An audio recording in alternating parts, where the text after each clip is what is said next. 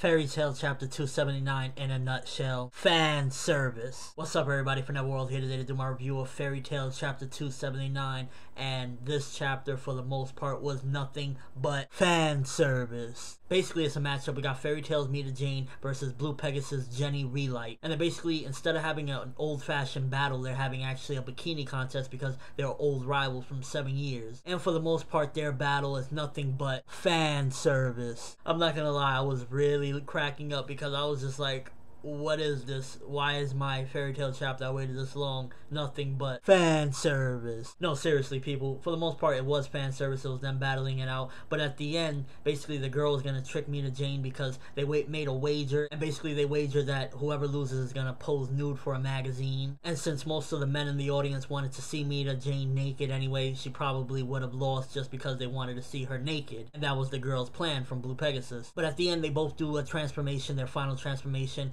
and Mirajane basically turns into some crazy demon mode and basically just starts destroying the girl and wins the match. Now, to be honest, I really like that part. Her opponent took her as an idiot, a sucker, I'm gonna get her. Even though they were rivals from 7 years ago, you know, you think she would have known this about Mirajane, that Mirajane ain't no pushover, but apparently she didn't, and it cost her big time because Mirajane got one in. And I'm really glad that things are turning around for Fairy Tail. You know, last chapter we got Elfman, Beast, in this chapter we got Mirajane. You know, maybe it's the brother-sister connection or something that they're just tearing it up, and I'm really loving it because, you know, finally we was struggling throughout the beginning, but it seems like Fairy Tail's coming with a comeback, and this is awesome. 2 colored pages in the beginning, and I really like seeing them. I wish there was a bit more, but you know, back to back, week to week. Last week we got colored pages, this week we got colored pages. I'm excited, and I believe the second colored page is to promote the movie that's coming out very soon of Fairy Tail. I believe it comes out in August, and by the way, I'm excited about that. If you want to hear more about that, I will annotate it right here for you guys. But there was some juice to the story at the end, you know, the main plot, and it was basically, again, more talk about Lucy and stuff like that, and we get to learn a little bit more exactly what they want her for, and it's not good. They were talking about that she's supposed to be the sacrifice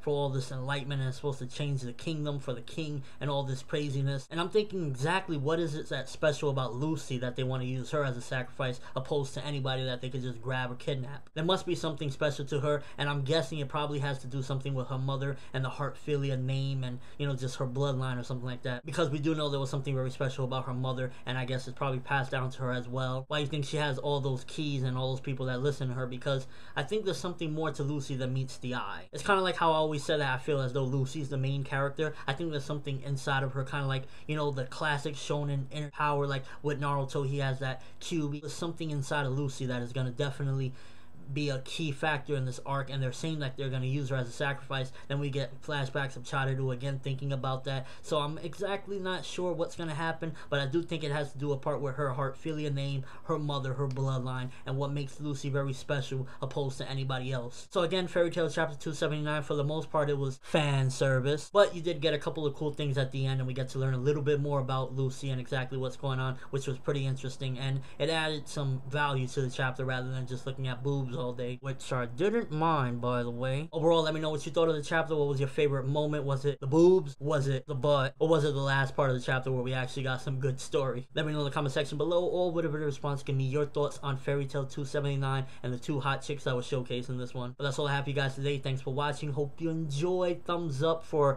boobs and butts. I'm ForneverWorld, and as always, people, have an awesome day.